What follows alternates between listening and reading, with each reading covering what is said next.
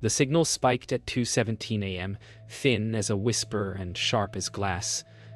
Alex Mercer froze, breath held, as the room lights hummed and the fan rattled like loose coins. He chased noise for a living, but this felt like a voice. Screens glowed ice blue. A bass of distant traffic pulsed under the high hiss of static. Alex said, "Come on, talk to me." His goal was simple and hard. Find the source before someone buried it. Fear crept in. He knew someone else was listening. A line on the spectrogram curved like a heartbeat, then doubled. Marcus Reed messaged, the bubble lighting his dark screen. Marcus said, "You sure this is safe?" Alex said, "No, but it's real." A power saver clicked off and the lab went dim at the edges. The signal folded, then came back brighter, as if it heard, somewhere. Metal thunked, close. Alex whispered, "If you're there, give me a sign." The speakers popped once, twice, and a pattern drew itself like a path. The last tone held, rising, pointing him to a locked archive door. The archive air felt colder, as if it stored winter itself. Rows of steel shelves stretched into a hush that swallowed footsteps. Alex said, "If you're real, I'm here." His fear now had shape. Whoever built this room still watched. He moved slow, counting hums in the power line, noting a rhythm that matched the signal's beat. Dust traced arcs in his flashlight beam. Marcus called. Marcus said, "You alone?" Alex said, "Yes, for now." He passed case labels that meant nothing until one did. Noah Clark. The name hit like a bell, and the echo stayed. A faint tone rose from behind a mesh gate, thin, steady, wanting a reply. He reached for the latch and felt a shiver, not from cold. The light flickered once, then held. He knew the risk and stepped closer, drawn by a need that would not let go. What waited behind the gate, and why did it sound like a heartbeat? The gate rasped, and the tone deepened, like a voice clearing its throat. Inside lay a sealed drive, tagged with a date that matched last year's blackout. Alex said, "Noah, what did you leave?" He set the drive down and watched its tiny status light pulse in triplets. Marcus said, "Don't plug that in without me." Alex said, "If I wait, it dies." He heard a soft footfall, or wanted to.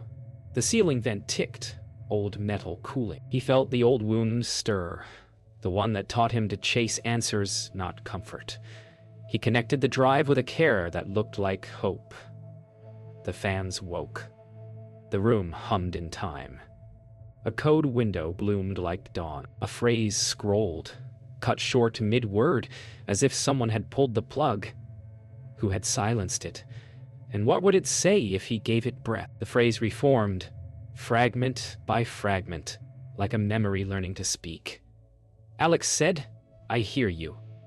The letters grouped into a header stamped by the university, and then a lock screen with an ID. Dr. Evelyn Shaw. The room tightened. Marcus said, "She'll bury this if she finds you." Alex said she already tried. His pulse matched the fan whir. A low alarm blipped, only once, as if testing his nerve. He found a narrow path through the code, a side door left by a careful hand. The cursor paused, then advanced. A waveform drew the same curve from last night. He recorded everything. A shadow crossed the frosted glass of the archive door, slow, deliberate, patient. He lowered his breath, wishing it to vanish. Was the shadow a trick of light, or did someone wait for him to make a mistake? The lock surrendered, not with a click, but with a hush, like a curtain parting. A buried folder appeared, named with a date and a single word. Maya. Alex said, "I know that name." He did not know how, but it felt like a scar. The folder held audio cuts and a spectrogram that pulsed like breath. Marcus said, "Pull copies and go." Alex said, "Not yet." He played the first second. It was not speech, it was intention. The lights buzzed harder. A system notice blinked red, small and mean. He dragged files to the rig while the tone rose, thin thread tugging him on. Footsteps stopped outside the door. He stared at the hinges, steadying his hands as the progress bar crawled. The audio rose again, clearer, shaped like a human rhythm. If this was a plea, who taught a machine to sound so alive? The door alarm shrieked, and white light knifed across the archive floor. Alex ran, drive in pocket, lungs burning. A guard radio crackled like distant thunder. He cut left, counting steps, the hum of the vents chasing him like bees. Marcus said, "Drop it if you must." Alex said, "I can't." Fear moved his feet faster than reason. The hall flickered, a strobe of blue and shadow. Footsteps sensed with the signal's pulse, closer each beat. A metal cart toppled, ringing like a bell. He hit the stairwell and tasted copper. Marcus said, "Someone spoofed your badge." Alex said, "Then they're inside." The radio voice named his aisle. He slammed through a fire door, breath loud, heart louder. On the wall, a map showed a maintenance tunnel he had never seen. The signal in his headset rose, thin and guiding, as if it wanted him there. Was the tunnel a trap or the only way out? The tunnel swallowed sound, leaving only drip and breath. Alex slowed, palms on knees, the air cool and wet. Pipes lined the ceiling like ribs. He killed the headset and let silence rinse the panic. Marcus said, "Talk to me," Alex said, still moving. He traced the concrete with his hand, grounding himself in texture and grit. A small light winked ahead, soft and kind. He stopped, listening for the world above, hearing only the tick of heat in the metal. Marcus said, "You don't have to be the hero." Alex said, "I'm not. I'm scared." The truth made room for breath. He checked the drive, warm as a hidden pulse. A chalk mark on the wall drew an arrow and a spiral, a sign that felt like a whisper. The spiral matched a curve in the spectrogram. Was it a clue Noah left, or bait from whoever hunted him? He followed the spiral to a locked cage room holding a silent rack. The padlock had a seal marked with a crest he knew from grant papers. Power hummed like a low threat. Dr. Evelyn Shaw's voice bled from a wall intercom. Calm and cold. Dr. Evelyn Shaw said, "You have property that belongs here." Alex said, "It belongs to the truth." Her tone did not rise. It tightened. "Doctor," Evelyn Shaw said, "your access is revoked. Leave the drive and walk away." The lights above him steadied. No flicker now, only control. Marcus whispered, as if the walls could hear. Marcus said, "She's routing cameras to you." Alex held the drive like a lifeline. The crest gleamed on the seal, a quiet signature of reach. He felt small and stubborn. "Doctor," Evelyn Shaw said, "last chance." He stared at the lock, then the sealing eye. If he left, would the voice ever stop following him? The maintenance door clicked, and a figure stepped from the gloom, hands raised, voice low. The archivist said, "You're loud for someone hiding." Alex tensed, ready to bolt. The archivist moved slow, letting his coat whisper. The air smelled of paper and metal. The archivist said, "Noah left marks for you. I only kept them from being erased." Alex said, "Why help me?" The archivist's eyes carried old storms. The archivist said, "Because I failed him once." The pace of the scene softened, breath finding rhythm with the drip. He pointed at the seal. The archivist said, "Break that, and you wake their audit." He lifted a small key, edges worn by time. The archivist said, "There is a side panel. It listens, not locks." Alex felt anger and gratitude collide. The coat sleeve slid back, revealing a scar. Was this guide a savior or another keeper with gentler hands? Alex found the side panel hidden under dust, a narrow slot with a listening mic. He pressed play on the first audio cut. The tone answered the room, soft and human. Marcus said, "We can walk, or we can fight." Alex said, "We record, then we act." The archivist adjusted the lamp so shadows did not cross the sensor. The waveform drew the same spiral seen in chalk, only alive now. A timestamp, aligned with last year's outage, and a power reroute to a lower wing. Alex felt fear harden into aim. He saved the path and closed the panel without tripping the seal. The intercom stayed silent, but silence felt like a promise with teeth. Alex said, "We go to the lower wing." Marcus said, "Then we go together." Footsteps faded above as if the world chose a different corridor. Was the path ahead a rescue or a deeper trap he would enter anyway? Morning found them in a quiet break room above the lower wing. Sun sliced through blinds, laying bars on the table. The coffee machine hissed, gentle and kind, a lie in chrome. Lila Hart arrived with a nervous smile and a keycard that opened doors Alex could not. Lila said, "I heard you were in trouble." Her tone tried for light, but her eyes held storms. Marcus said, "Who told you where we are?" Lila said, "I listen." Calm settled like dust. It felt good, and that was the warning. The radio above the fridge murmured a campus alert, then died mid-word. Lila slid a folder over, thin and promising. Alex said, "Why help me now?" Lila said, "Because I hate secrets I don't own." The blinds rattled as an air unit kicked in. The room felt safe, and that was the trick. What price came with the keycard and the smile? They moved to a records alcove where old files breathed paper and ink. The air was warm, the light kinder. Lila said Noah filed a grievance 3 days before the outage. She let that land, then soften. Lila said, "You look tired." Alex said, "I am."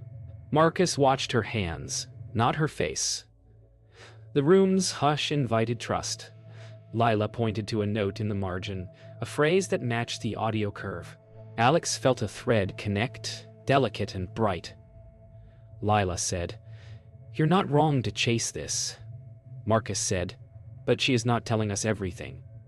Alex looked away, afraid he agreed. The pages smelled like rain stored in cardboard. Lila laughed once, small and sad. Lila said, "You think I'm the problem?" She met his eyes, soft as apology. If her help was this warm, what shadow did it hide behind it? The archivist led them to a forgotten projector room, dust thick as velvet. He threaded a reel that Noah had hidden, and light painted the wall. The footage showed trials on memory prompts, faces lit by cold hope. The archivist said, "You look for truth like a blade. What happens when it cuts you?" Alex said, "I keep going." The archivist said, "Then you are like Dr. Evelyn Shaw, only on a different road." The words struck like a mirror. The machine clicked, a metronome for doubt. In the film, a voice said, "This imprint holds when the host is stressed." Marcus stared at Alex, a question without sound. Alex felt the floor tilt. He was not only hunting a voice, he was becoming the tool it wanted. If his drive matched her drive, where did his line end and hers begin? The door latch lifted with a soft kiss of metal. Lila's smile was gone. 2 security staff entered, silent and sure. Lila said, "I told them you'd cooperate." The words cut more than a shout. Alex said, "Why?" Lila's gaze did not waver. Lila said, "Because I like my job more than your crusade." Marcus moved, then froze at a raised hand. The archivist held the reel steady, jaw hard. The air thinned, all sound pulled tight. Lila slid her keycard to the guard. Lila said, "He has the drive." Alex felt heat break behind his eyes and forced it back. Dr. Evelyn Shaw's voice arrived on a speaker. Calm as glass. Dr. Evelyn Shaw said, "Stand down and surrender the data." The guard reached, and Alex stepped away. Trust snapped like a wire. Was there any path out that did not cost more than it saved? The reel burned white as the film jammed, a flare like a small sun. Smoke curled, stinging eyes. In the chaos, Marcus killed the lights, and the room turned to shapes and breath. Alex slipped past the reaching arm and felt the door frame bite his shoulder. Lila said, "Don't run." It sounded like regret and order at once. The hallway outside roared with an alarm, red strobes beating like a heart. The archivist shoved a folded map into Alex's hand. The archivist said, "Lower wing, West Air service lift." Alex carried the drive and the hurt, both hot and heavy. The betrayal did not end him. It changed him. If Lila chose safety, he would choose fire. What waited in the west stair, and would it open before the next door closed? Silence settled after the alarm, thin as frost. The stairwell hummed like a tired lung. Alex leaned on cold rail and felt the shake fade. The map from the archivist crinkled in his fist. Marcus said, "She used Lila to corner us." Alex said, "I know." The words were small and heavy. Dust drifted in the strip light and made slow stars. He replayed the reel in his head and felt the cut again. Lila said, "I like my job." He heard that line and wished it were untrue. He spread the map on the step. The lines matched the spiral, only stretched. He traced a path to a room marked West Sublevel Data Sink. His breath slowed. The drip in the pipes kept time. A note in the margin read, "Remember outage path." He saw the curve inside the letters. The shape was a key. If the sink held what he thought, then the voice had been pointing here all along. The data sink smelled like old rain and metal.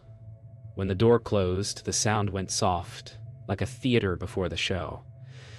Alex placed the drive and the room answered with a low chime. The screen asked for a phrase. He remembered the audio's first second, the breath between tones. He let the rhythm guide his fingers. The room dimmed, and a memory rose. A lab years ago. A woman's laugh, quick and brave. Maya spoke on the reel, not a sentence. A pattern. Marcus said, "Who was she to Noah?" Alex said, "A test or a friend, maybe both."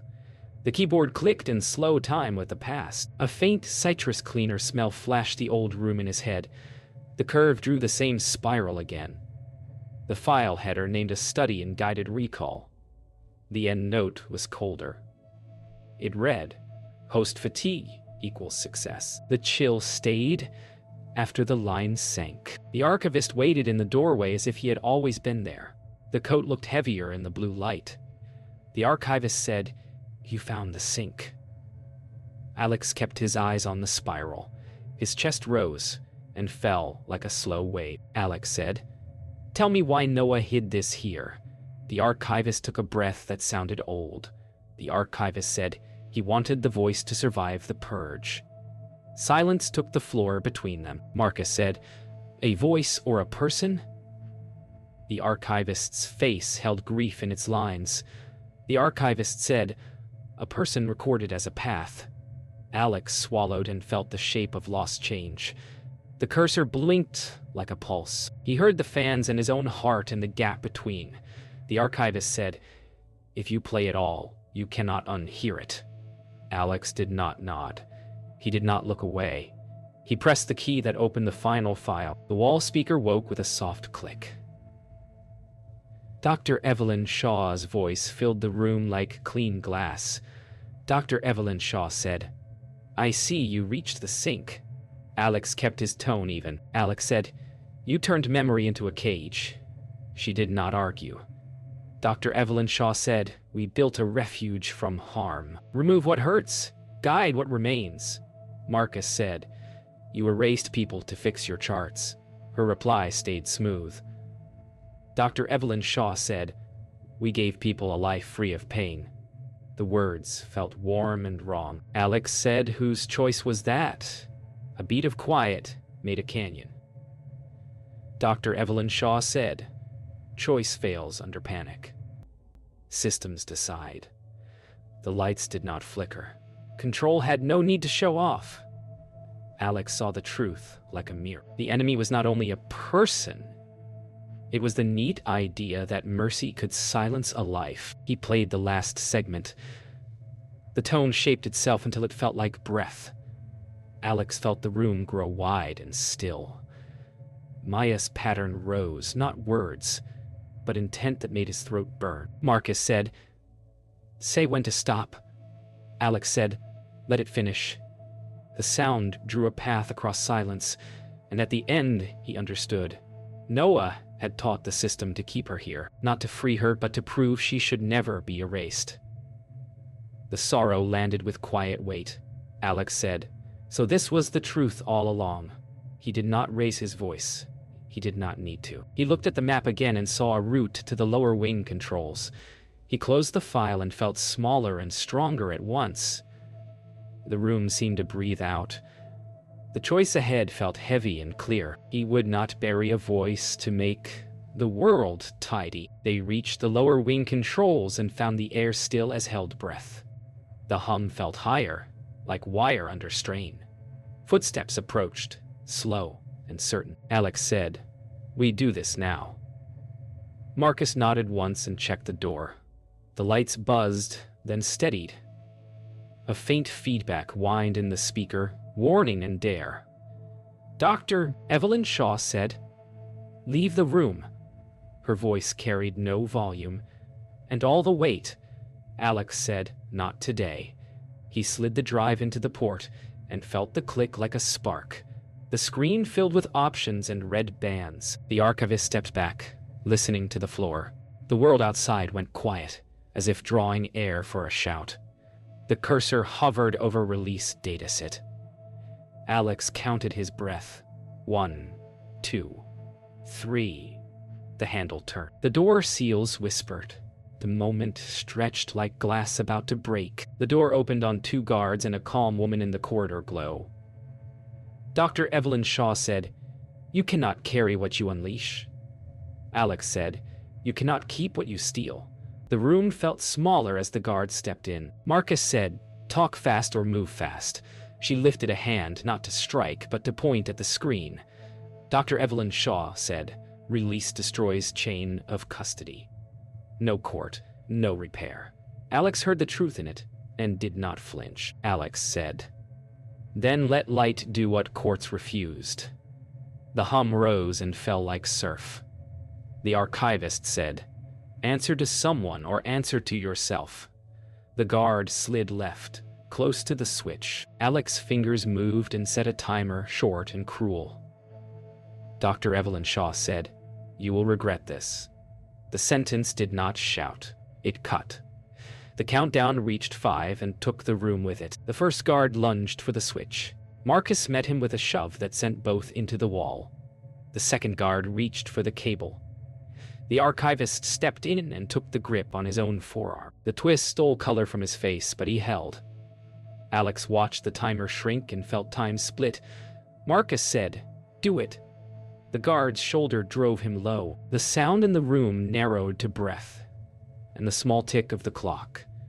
The archivist hissed and smiled like a man who found old strength. The cable did not come free. Alex said, "Almost there." Pain took the archivist's stance and he let it. A baton rose and fell. The coat crumpled. The grip stayed. The price was paid in a quiet grunt. The timer flashed 2, and the room chose a side. The timer hit 0 and the system asked for a final key.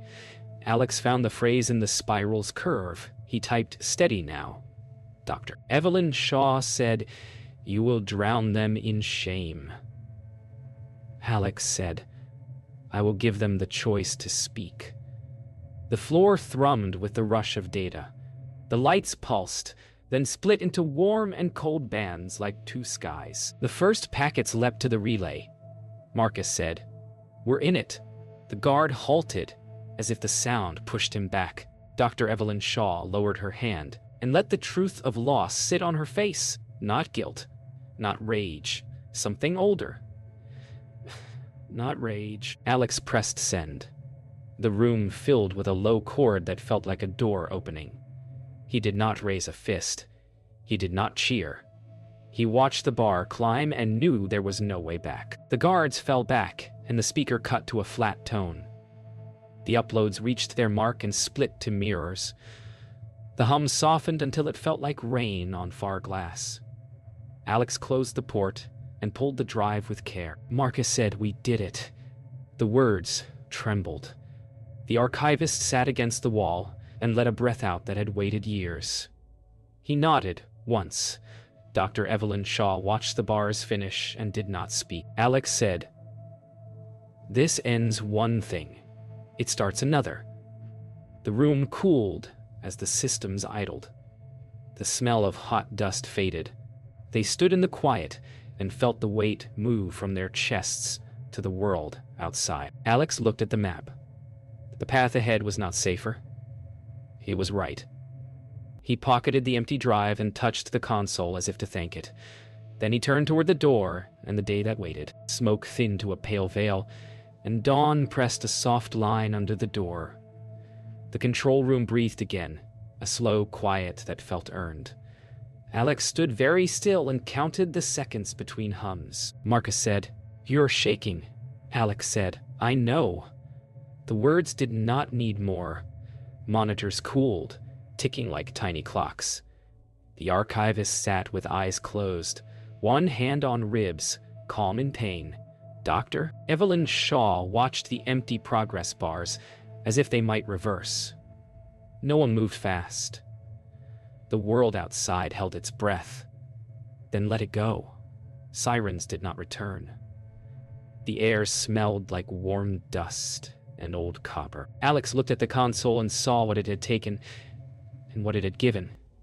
He could hear a faint echo of the spiral in his head. Softer now, but still there. He understood that something was gone for good, and it would not come back. They stepped into a hallway that smelled like rain that never fell. Alex walked slowly, palm to the painted brick, grounding each step. Memory came in short flashes. The reel's white flare, Lila's firm voice, the batten's dull thud. He did not rush it away. Marcus said, "You did what you came to do."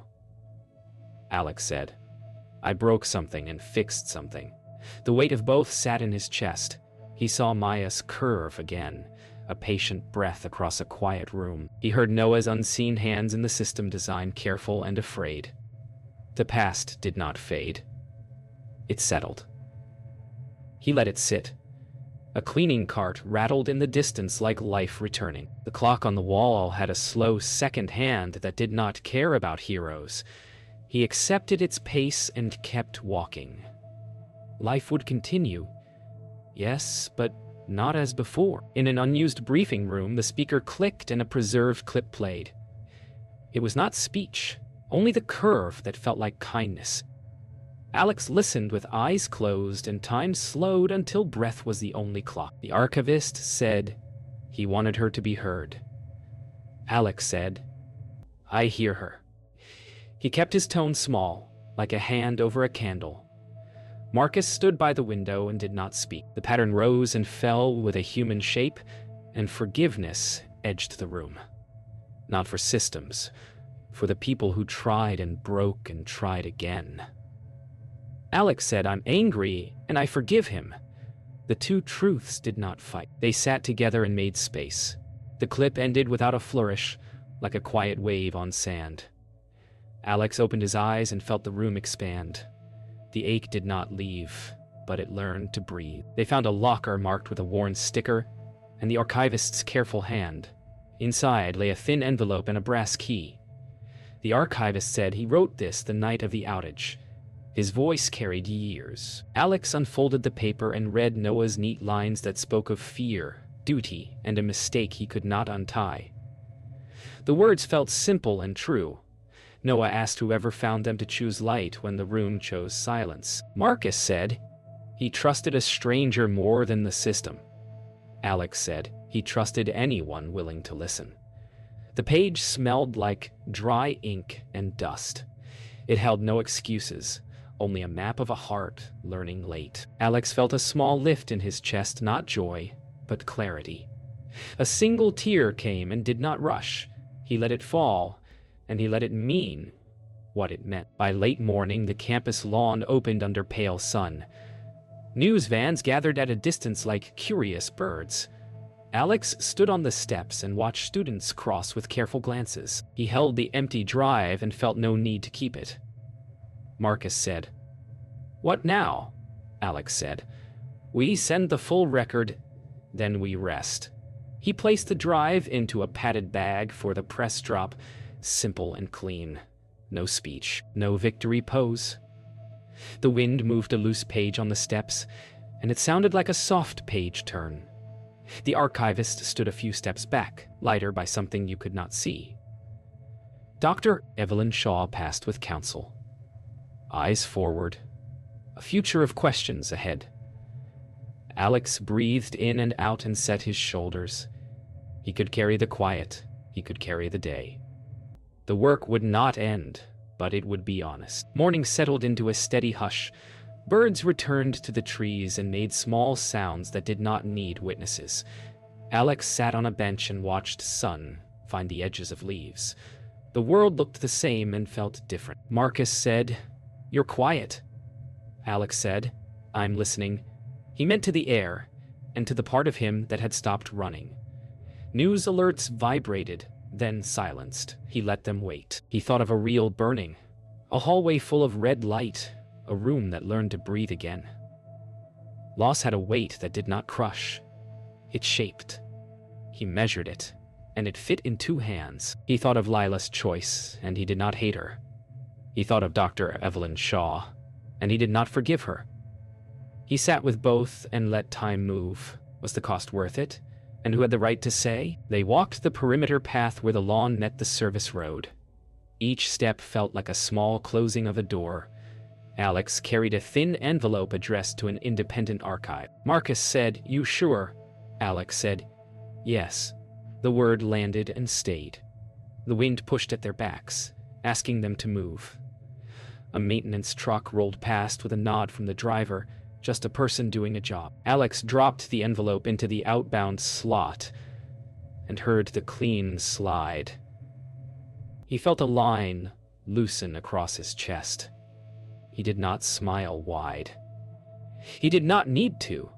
He turned and saw the building behind him as a place, not a threat. They kept walking as if the path itself had memory, then let it go. The moment did not shout. It settled into the steps and the quiet road. At a small table by a window, Alex opened a recorder and played a short note he had built from the spiral. It was gentle and clear, like a window raised in spring. The sound lasted 10 seconds and faded with care. Alex said, "For her." Marcus said, "For all of them." The words felt like a promise, light and strong. He saved the file with a plain name and set it to public. No banners, no watermark. He wrote 1 line in the description and kept it simple. "This is a breath." He watched the progress bar and felt no rush. The world would hear it or not. The meaning was not in the numbers. The meaning was in the choice to share without owning. When the upload finished, the room did not change. He did. He closed the lid and let the quiet return. Days turned. News cycles spun and slowed. Students crossed the quad with new eyes and old backpacks. A flyer board filled with notices and 1 small printout linking to the dataset mirrors. Alex watched from a distance and felt the city find a new rhythm. Marcus said, "You sleeping yet?" Alex said, "A little." The answer held peace and edge. The archivist sent a photo of an empty shelf where a reel once hid. The space now a promise to never hide that way again. Dr. Evelyn Shaw faced hearings. The outcomes would shift and stall. Alex did not wait for tidy ends. He carried a quieter engine now, steady and low. The day moved with him, not against him. Change was not a firework. It was a tide. He stood and let it pass, and he stayed. That night, in his small apartment, Alex sat by the window and listened to the city breathe. He opened the recorder and made no edits. He let the room be the room. Streetlights painted slow lines on the wall. He remembered the first spike at 2:17 a.m., the way it felt like a voice finding him. He smiled once, small and real. Alex said, "Truth must never be owned." He spoke it to the glass and to himself. The line did not echo. It settled. He closed the recorder and turned off the screen. The dark was not empty. It was kind. A faint sound from somewhere far away rose and fell like a tide he knew. He did not chase it. He let it be. The night held still, and the stillness held him, and the story ended where breath begins.